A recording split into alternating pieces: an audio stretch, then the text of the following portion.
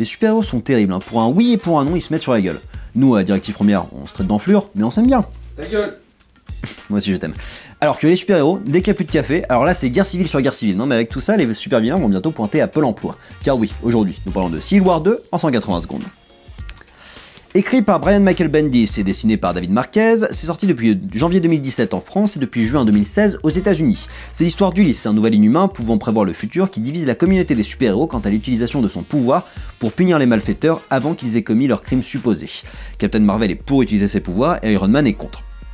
Et on galère pas mal en ce moment chez Marvel Comics, en tout cas, c'est-à-dire qu'on a un peu tout basé sur les films et que les comics, ben, ça sert principalement de publicité et qu'on essaie plus de construire des histoires vraiment sensées. Et c'est bien dommage.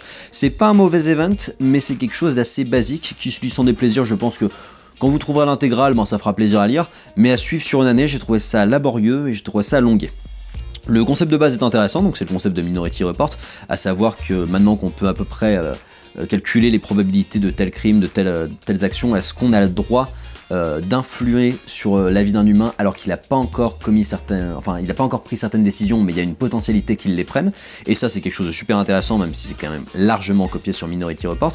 Mais le comics aborde, je trouve qu'il expédie ça de manière un petit peu rapide et c'est bien dommage.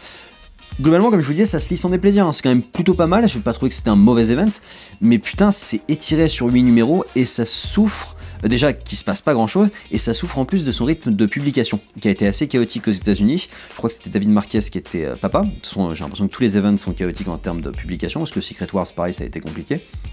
Et le souci, c'est que Marvel a préféré mongoliser le marketing sur le relaunch post-Civil War, qui reprend un relaunch post-Secret Wars, ça n'a plus de sens le relaunch chez Marvel, et du coup qui nous a révélé toutes les conséquences du comics avant la fin de sa publication.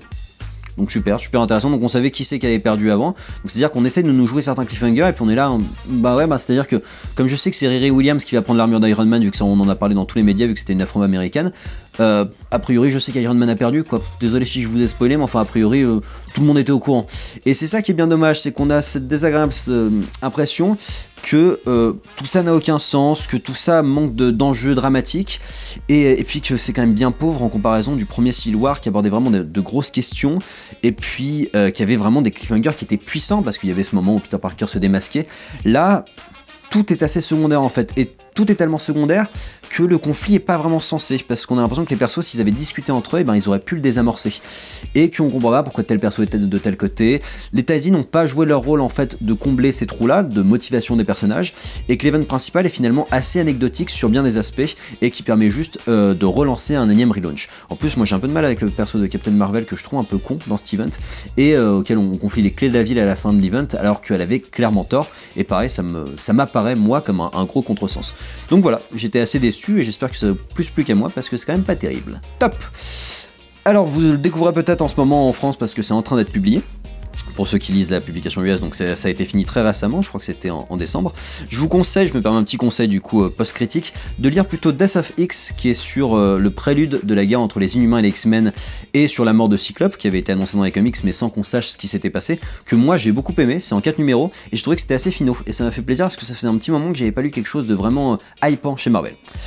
J'espère que ça vous a plu, je vous invite à liker, commenter, vous abonner, puis je vous donne rendez-vous sur la page YouTube de Directive Première pour d'autres critiques ciné, et comics, et séries, et puis tout ce que vous voulez, en 180 secondes.